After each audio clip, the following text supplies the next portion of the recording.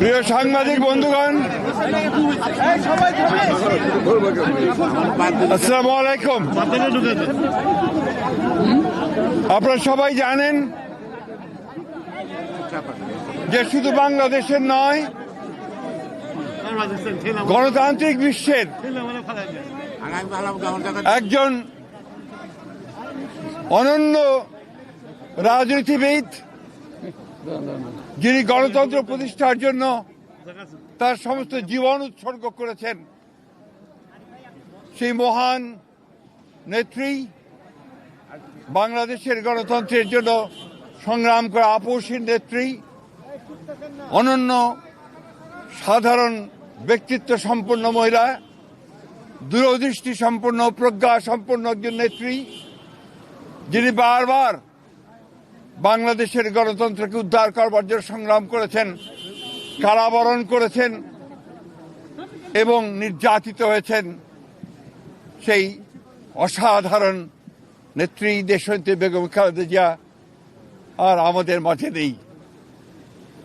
আপনারা সবাই জানেন যে এই নেত্রী দীর্ঘদিন তার রাজনৈতিক জীবনের প্রায় সমস্ত অংশটাই তিনি গণতন্ত্রের জন্য সংগ্রাম করেছেন এবং গণতন্ত্রের মূল্যবোধগুলোকে প্রতিষ্ঠা করবার জন্য তিনি আজীবন কাজ করে গেছেন। 3 বার প্রধানমন্ত্রী হয়েছেন।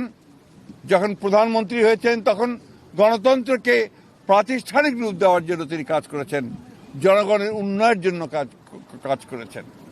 আর যখন বিরোধী দল ছিলেন তখন তিনি একইভাবে সেই গণতন্ত্রকেই প্রাতিষ্ঠানিক রূপ দেওয়ার চেষ্টা করেছেন। প্রিয় সাংবাদিক বন্ধুগণ, আজকে সেই নেত্রীর ইন্তেকালে বাংলাদেশের রাজনৈতিক ইতিহাসে এক অপূরণীয় ক্ষতি সাধিত হল এবং এই ক্ষতির পূরণ সহজে সম্ভব নয়। আজকে এমন একটা সময়ে তিনি চলে গেলেন যখন তাকে সবচেয়ে বেশি প্রয়োজন ছিল, যখন গণতন্ত্রের উত্তরণের জন্য আমরা একটা নির্বাচনের দিকে জাতি যাচ্ছে, যখন সমস্ত জাতি তৈরি হয়েছে নির্বাচন করে একটা গণতান্ত্রিক ব্যবস্থাকে প্রতিষ্ঠিত করবে, সেই সময় তিনি আমাদেরকে ছেড়ে চলে গেলেন। আমরা এই শোক, এই বেদনা আমাদের পক্ষে ধারণ করা খুব কঠিন। তারপরেও আমরা এই শোককে শক্তিতে রূপান্তরিত করতে চাই।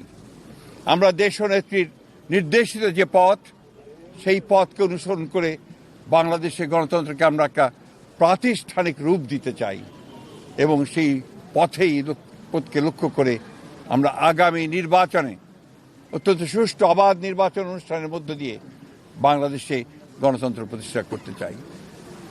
সেই নেত্রী আজকে অসংখ্য লক্ষ কোটি মানুষকে কাঁদিয়ে চলে গেছেন। আগামীকাল তার জানাজা অনুষ্ঠিত হবে, দাফন হবে। জানাজার জন্য আমরা স্থায়ী কমিটি সিদ্ধান্ত নিয়েছি যে আগামীকাল দুপুর 2টায় পার্লামেন্ট ভবনের দক্ষিণ প্লাজায় যে মাঠ এবং বাণিজ্য অ্যাভিনিউ, এই পুরো অংশ জুড়ে আমাদের নেত্রীর জানাজা অনুষ্ঠিত হবে। এই জানাজা পড়াবেন আমাদের জাতীয় মসজিদের খতিব, অর্থাৎ বাইতুল মুকাররমের খতিব। আর এই জানাজায় যে সঞ্চালন করবেন, পুরো বিষয়টাকে যিনি সঞ্চালন করবেন, তিনি হচ্ছে আমাদের জাতীয় স্থায়ী কমিটির সদস্য জনাব নজরুল ইসলাম খান। এরপরে আমাদের স্বাধীনতার ঘোষক, বহুদলীয় গণতন্ত্রের প্রবর্তক, বাংলাদেশের আরেক কিংবদন্তির নেতা, যাকে রাখাল রাজা বলে এই দেশের মানুষ, তার মাজারে, তারই পাশে আমাদের এই মহান নেত্রীকে সমাধিস্থ করা হবে, দাফন করা হবে। আমরা সবাই অত্যন্ত শৃঙ্খলার সঙ্গে এই জানাজায় অংশগ্রহণ করব এবং যে শৃঙ্খলার মধ্যে কথা বলা হবে, আমি বাংলাদেশের সকল স্তরের মানুষের কাছে অনুরোধ জানাবো, আপনারা সেই শৃঙ্খলা মেনে অত্যন্ত সুশৃঙ্খলভাবে জানাজা পড়বেন এবং তারপরে তাকে দাফনের অংশগ্রহণ করবে। যাদের দায়িত্ব তারাই অংশগ্রহণ করবেন। অনুরোধ থাকবে আপনাদের কাছে যে আপনারা কেউ এই নিয়ম ভঙ্গ করে শুধুমাত্র ছবি তোলার জন্য সামনের দিকে এগিয়ে যাবেন না এবং ব্যাহত করবেন না এই পুরো কর্মসূচিকে।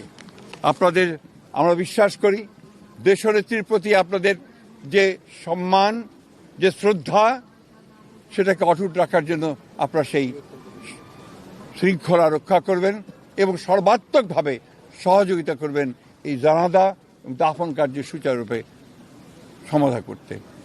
সব শেষে আবারও পরম করুণাময় আল্লাহ তাআলার কাছে এই দোয়া চাই যে আল্লাহ তাআলা তাকে যেন বেহেশত নসিব করেন।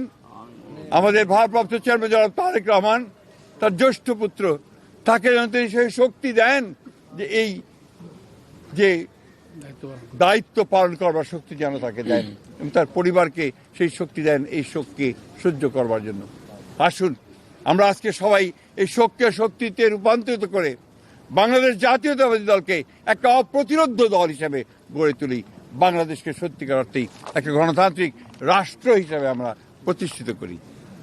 সবশেষে আবারও আপনাদেরকে ধন্যবাদ জানিয়ে আপনাদের সকলের সহযোগিতার জন্য বিশেষ করে এবং আপনারা জানেন যে ইতিমধ্যেই সরকারের তরফ থেকে 3 দিন শোক দিবস ঘোষণা করা হয়েছে, আগামীকাল ছুটি ঘোষণা করা হয়েছে এবং আপনারা ইতিমধ্যে জানেন যে প্রধান উপদেষ্টা তিনি বাণী দিয়ে কথা বলেছেন, আপনাদের সামনে জাতির সামনে কথা বলেছেন এবং সেজন্য আমরা সর্বাত্মক সহযোগিতার জন্য আমরা সরকারকে ধন্যবাদ জানাচ্ছি। সেই সঙ্গে দলের পক্ষ থেকে আপনারা জানেন যে 7 দিনের শোক ঘোষণা করা হয়েছে। এই 7 দিন আমাদের কালো পতাকা আমরা ধারণ করব, কালো ব্যাজ ধারণ করব, পতাকা কালো পতাকা উঠবে প্রত্যেকটি কার্যালয়ের, আমাদের দলীয় কার্যালয়ে এবং প্রত্যেক কার্যালয়ে দোয়া পড়া হবে, কোরআন তেলাওয়াত হবে। এই বিষয়গুলো আপনারা সবাই পালন করবেন। আমরা আবারও সকলকে সহযোগিতা করার আহ্বান জানিয়ে আমরা আজকে শেষ করছি। আসসালামু আলাইকুম।